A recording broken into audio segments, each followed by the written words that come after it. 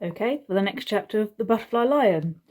So we've got Bertie who lives in Africa, and he's rescued a white lion cub, which is really rare. None of his parents have ever seen a white lion cub before. And it's living in his home, and his mum is the happiest he's ever seen her. Bertie's mum and Bertie both love the white lion cub, but Bertie's dad doesn't feel the same. He thinks that lions belong in the wild.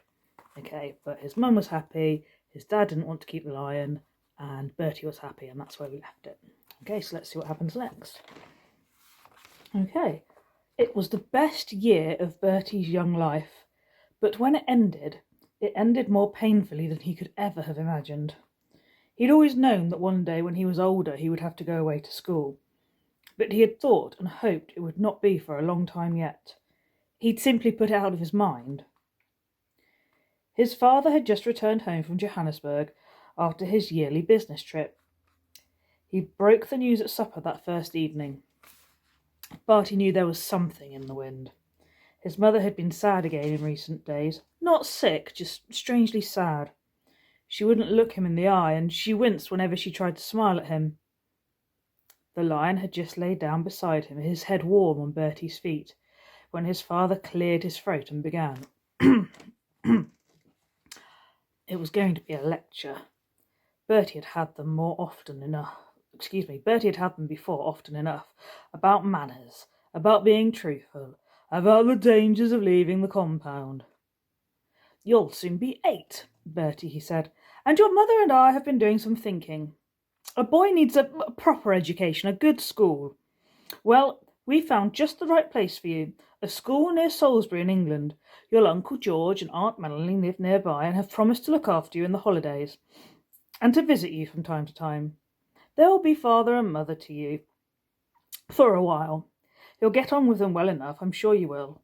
They are fine, good people. So you'll be off on the ship to England in July. Your mother will accompany you. She will spend the summer with you in Salisbury, and after she has taken you to your school in September, she'll then arrange to return here to the farm. It's all sorted." As his heart filled with a terrible dread, all Bertie could think of was his white lion. "But the lion!" he cried. "What about the lion?" "I'm afraid there's something else I have to tell you," his father said, looking across at Bertie's mother. He took a deep breath, and then he told him. He told him he had met a man whilst in Johannesburg, a Frenchman, a circus owner from France. He was over in Africa looking for lions and elephants to buy for his circus. He liked them young, very young, a year or less, so that he could train them up without too much trouble. Besides, they were easier and cheaper to transport when they were young. He would be coming out to the farm in a few days' time to see the white lion for himself. If he liked what he saw, he would pay good money and take him away. It was the only time in his life Bertie had ever shouted at his father. "No! No, you can't!" It was rage that wrung the hot tears from him, but they soon gave way to silent tears of sadness and loss. There was no comforting him, but his mother tried all the same. "We can't keep him here forever, Bertie," she said. "We always knew that, didn't we? And you've seen how he stands by the fence, gazing out into the veld. You've seen him pacing up and down. But we can't just let him out. He'd be all on his own. No mother to protect him. He wouldn't cope. He'd be dead in weeks, you know he would." "But you can't send him to a circus, you can't," said Bertie.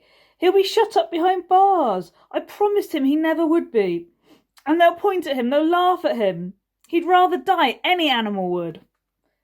But he knew as he looked across the table at them that it was quite hopeless, and their minds were made up. For Bertie, the betrayal was total. That night he made up his mind what had to be done. He waited until he heard his father's deep breathing next door. Then, with his white lion at his heels, he crept downstairs in his pyjamas, took his father's rifle from the rack, and stepped out into the night. The compound gate yawned open noisily when he pushed it, but then they were out and running free. Bertie had no thought of the dangers around him, only that he must get as far from home as he could before he did it. The lion padded along beside him, stopping every now and again to sniff the air. A clump of trees became a herd of elephants wandering towards them out of the dawn. Bertie ran for it. He knew how elephants hated lions. He ran and ran until his legs could run no more.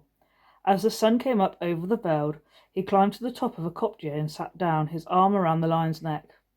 The time had come. "Be wild now," he whispered. "You've got to be wild. Don't come home, don't ever come home. They'll put you behind bars. Do you know what I'm saying? All my life I'll think of you, I promise I will." And he buried his head in the lion's neck and heard the grating groan from deep inside him. He stood up. "I'm going now," he said. "Don't follow me, please don't follow me." And Bertie clambered down off the kopje and walked away. When he looked back, the lion was still sitting there watching him. But then he stood up, yawned, stretched, licked his lips and sprang down after him. Bertie shouted at him, but he kept coming. He threw sticks, he threw stones. Nothing worked. The lion would stop, but then as soon as Bertie walked on, he simply followed at a safe distance. "Go back!" Bertie yelled. "You stupid, stupid lion! I hate you! I hate you! Go back!" But the lion kept loping after him, whatever he did, whatever he said. There was only one thing for it. He didn't want to do it, but he had to. With tears filling his eyes and his mouth, he lifted his rifle to his shoulder and fired over the lion's head. At once, the lion turned tail and scampered away through the veld. Bertie fired again. He watched till he could watch no more, and then turned for home. He knew he'd have to face what was coming to him. Maybe his father would beat him. He'd threatened often enough, but Bertie didn't mind. His lion would have the chance of freedom. Maybe not much of one, but anything was better than the bars and whips of a circus. The Butterfly Lion.